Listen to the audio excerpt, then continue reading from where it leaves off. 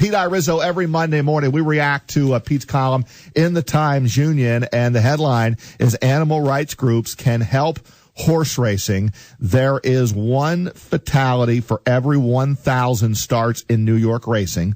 That's less than half the national average. Overall, more, though, than 700 horses die in the sport each year in the United States. That was the column written by Pete Iorizzo, and he joins us here on Big Board Sports. Good morning, Pete.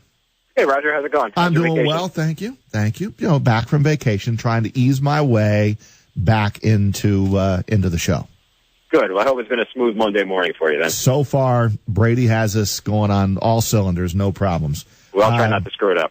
That's just what I did. That's what I always say. You know what? Things are good. You're back. Don't screw them up. I'll do my best not to do that. All right, let's get to your headline here, and I'll let you react, because this is a controversial topic. And to be honest with you, I got to be careful on this one. Animal rights groups can help horse racing, and there are two sides to every story, and there are certainly, Pete, two sides to this story. I read your column. I'll go ahead and let you take it from there.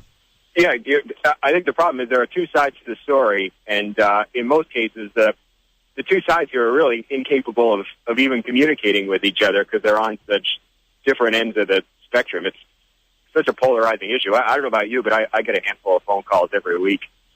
Whenever there's a fatality at the track, I always get a few phone calls saying, "Hey, how come you guys aren't doing more about this?" or "Why are you promoting the sport when there are horses dying up there?"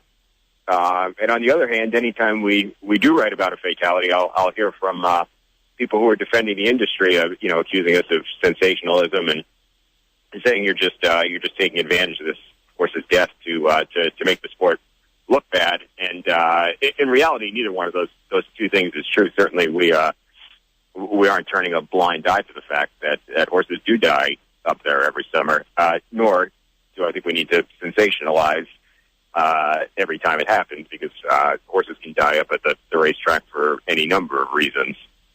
But right now, the issue is just it's so polarizing that it seems like there can't even really be an honest conversation between the folks in the industry who I think in some cases are too quick to deny that it really is an issue, and the animal rights folks who, while they can be commended for having shed light on an unfortunate part of the industry, I think sometimes the rhetoric from that side is not necessarily helpful to having a real dialogue. Are the two sides capable of coming together? I think at the end of the day, they have some common ground in that they both want what's best for the horses. Unfortunately, I think the hang-up is that some of the folks on the animal rights side think that it's totally impossible to have what's best for the horses and have the sport even exist. So if that's going to be your stance, then I think it's tough to go anywhere from there. And I've never believed that. I've always believed that the majority of people, maybe I'm naive, but I've always believed that the majority of the people in the racing industry got into it because they love these animals and do want to see them treated well. And I don't think the people who own racehorses are in the business of, spending in some cases hundreds of thousands of dollars on a horse only to mistreat it. That doesn't seem to make any sense to me. Pete Brady. Sorry. Yeah, go ahead, Brady. Pete Brady here. So I was going to ask you, the people who are on the the animal activist side of this will say things like, it's abusive. It's you're pumping animals full of drugs to make them go faster and make them immune to pain. But in NYRA specifically here in Saratoga, a lot of measures have been taken to kind of rebuff those theories. What steps has NYRA taken to make it safer for the animals? Well, they'll point out that after every race, the horse that finishes first and the horse that finishes second, in some cases even deeper into the field than that, are tested for illegal drugs. Now, if you were to, people on the other side of the coin will point out that there are a lot of drugs that they don't think should be given to horses, but they are in fact legal. So you have some disagreement there. But that's not the only thing that New York has done. In some cases, they lowered the purses of some of the lower level races, and that was to. The problem is when a purse is higher than the value of the horse. In some cases, you get owners who are maybe tempted to put a horse who really shouldn't be in a particular race because he or she is outclassed. You put them in that race anyway because the purse is so tempting. and that, of course, increases the risk of injury when you have a horse in a field that really shouldn't be there. So in some lower level races, purses have been lowered to stop that from happening. And the veterinary screenings have become a little more rigorous, again, to sort of weed out some of the horses who maybe just aren't cut out to race. We're tying with Pete Iorizzo. It's Monday morning. We react to Pete's column in the Times-Union every Monday morning. Animal rights groups can help horse racing. Pete, let me ask you, as the sports editor, how do you handle this with your folks, with the Tim Wilkins and Mark Singelace and Jarbo and all those guys at the track and yourself? I mean, every time a horse dies on the track or off the track, injured during training, do you feel like you need to report this? Do you feel like you need to keep a running total? Yeah, I'll tell you how we do it, Roger. And actually, after I go, I'd be curious to hear how at NYC you handle it too. My thinking has always been that you sort of need to evaluate it on a case-by-case basis. I think if there's a fatality in the middle of a race and there's 30,000 people there who witness it, I think that is newsworthy, and I think we have an obligation to report it and to help people understand what it was that they witnessed.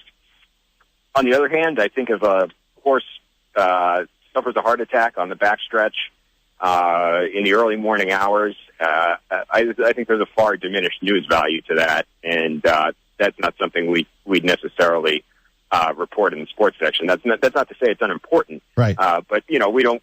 The newspaper doesn't report on the death of every human being either.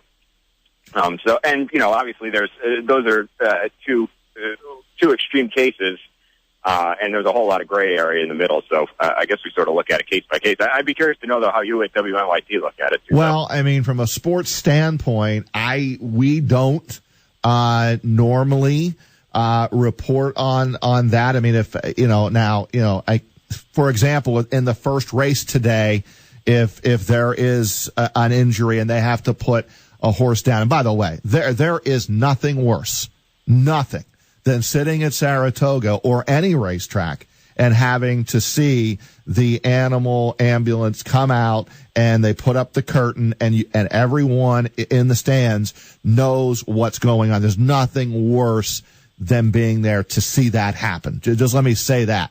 And that's something that everybody should be able to agree on. Yeah, we all agree. Nobody wants to. Everybody agrees that it's awful. The people in the industry are certainly not. They don't just kind of shrug their shoulders and move on when this happens. I'm sure you've been in this position too. But when you interview a trainer or an owner after one of their horses has gone down, you really get a sense of just how difficult it is for these folks when something like that happens. It's not something anybody takes lightly. Now, to answer your question, we do very little of it in sports. However, our news, on the news side, we have, and already this year, I'll just state the fact, we have, Mark Mulholland has done a story just a couple of weeks ago on the number of horses that have died at Saratoga. Right or wrong, we did do a story on that. So, yeah, I guess from a news perspective, we have paid more attention to that than we have from the sports side of things. Does that make sense?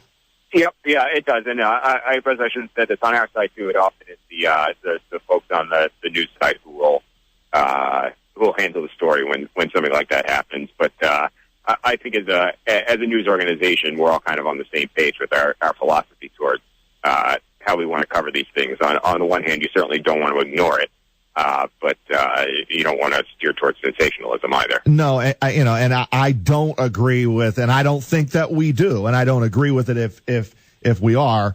I don't agree with the philosophy that we need to keep a running total necessarily. This is not like, I don't think we keep hey, here we are, unless it gets really out of control. I don't think keeping a running total is something that we necessarily need to do. No, we don't. The total that I used in my column is the total that NYRA keeps as part of their, and that's I guess something you could also credit for is some transparency on this issue. Is that that's all public information. There are public databases that keep track of how many horses die. I'm not sure. In fact, I shouldn't say I'm not sure. I'm 100% sure that we do not need to run a tally sheet every day in in the newspaper. I'll let you go on this, though, and your column. You also did point out that you feel like more attention needs to be given if a horse has to be put down on the track and everyone knows what's going on. You feel like some attention, at least maybe from Larry Kalmus or the announcer that day, needs to mention what is happening before we move on to the next race. I've always felt it needs some sort of acknowledgement, and I realize that just acknowledging it isn't going to magically bring the horse back to life, and it's not going to prevent the next death, but it just always, maybe it's just me, it's just always felt very odd to me when that happens and there's sort of no mention of it. I remember the Travers Day a couple years ago when there was a fatality on the track, and I just remember it being very odd that day. There were so many people at the track, and obviously everybody's horrified with what happens, and everything just kind of rolls on without even any acknowledgement of it. It just felt uncomfortable to me. It seems like there should be some sort of acknowledgement of what happened. Pete Iorizzo, we react to his column every Monday morning here on Big Board Sports. Pete, thanks for a few minutes. We'll talk to you this time next week. Yeah, no, thank you, guys.